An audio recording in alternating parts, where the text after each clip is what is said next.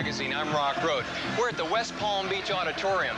You know, it isn't too often a city has a chance to boast of a world champion, but tonight we're going to meet West Palm Beach's own world champion kickboxer, Steve Shepard. This is Steve Shepard's 29th professional bout, and today he's #1 in the world. Tonight we're going to talk with Steve to find out how he fought his way to the top.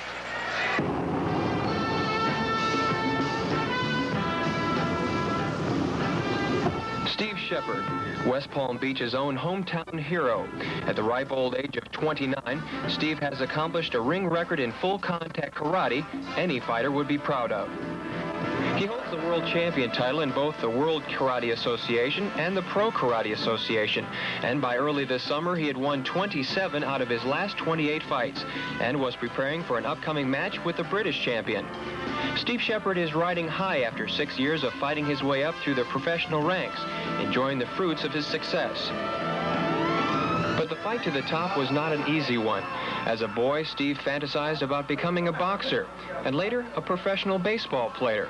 After several years as a dedicated surfer, his interest turned back to his boyhood dreams, and he began training for a career in the ring as a boxer. Discouraged by the lack of professional fight trainers in this area, Steve took up karate after seeing his older brother in a match.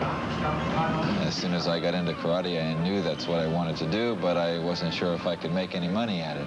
You know, I knew it was a big gamble, but I liked it, and I stuck with it, and I got lucky.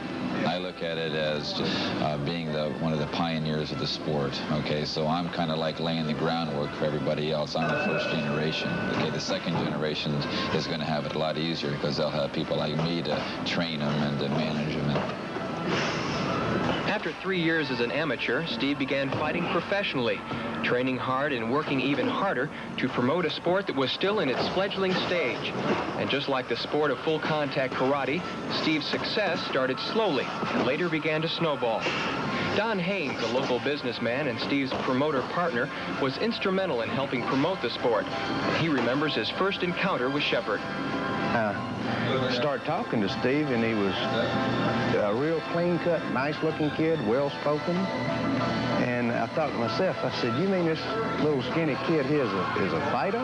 He was having a promotion over to junior college and invited me over, and I was just amazed.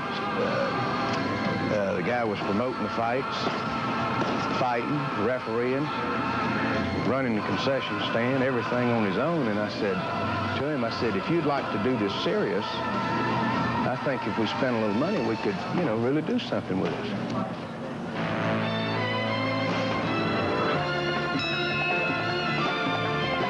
Within several months after teaming with Haynes, fight crowds had quadrupled, and Shepard battled his way first to one title and then to another as the popularity of the sport grew. After more than 20 fights, he was still undefeated, truly a world-class champion. But being on top and staying on top is not without its pitfalls. Steve has suffered 5 broken noses, 4 broken thumbs, 40 stitches in his eye, and a split tongue, not to mention the mental anguish of being a world champion.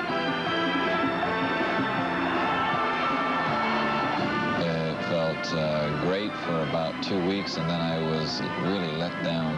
Why is that? Because there I was at the top, and it was the same as when I wasn't at the top, and I was going to have to fight the same guys. Now they wanted me more, you know. So I went through a kind of a mild depression for a couple of months, trying to, establish a new goal for myself. And what goal was that? To stay at the top. Stay at the top. Right.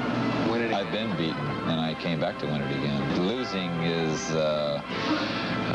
very important ingredient in becoming successful, I believe. That one fight that I lost, it taught me everything. From that point on, I was a changed fighter. I mean, now I know what it's like to be at the top and the bottom, and I don't want to be back at the bottom. To prevent ever losing again, Steve starts his training as early as 8 weeks before a fight. Included in his regimen are leg stretches to meet the demands of the required 8 kicks per round, and jogging along the lake with his daughter Susie.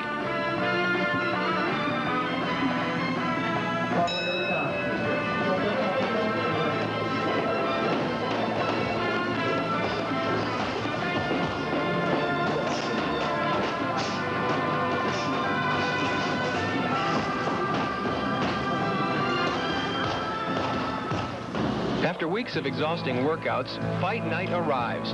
In the locker room, Steve meets his opponent, Arthur O'Loughlin of London, and receives some last-minute instructions from his trainers.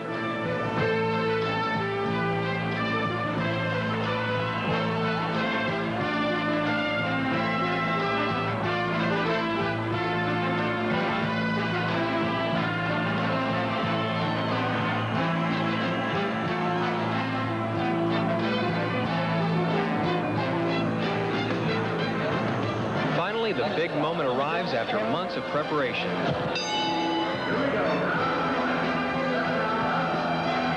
There's many different things go through your mind.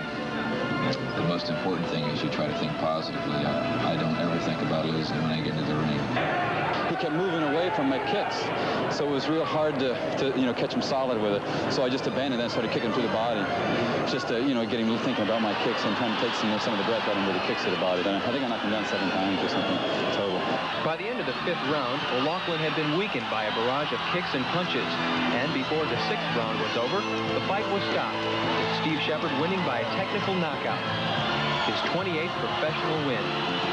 Although the victory was sweet, Steve knew going into this fight that his professional career in the ring is nearing an end. Almost 30, Steve faces 1 or 2 more fights before retiring to go into promotion, or maybe even follow in the footsteps of other kickbox champions like Bill Superfoot Wallace and Chuck Norris, who now act in feature films. With a success story that has paralleled that of the sport of full-contact karate, Steve's career has made his face a familiar one to viewers on all 3 television networks. But perhaps his greatest triumph is the fact that his most loyal and devoted fans remain the family and friends of his own hometown. We'll be back with our PM Magazine departments in just a moment.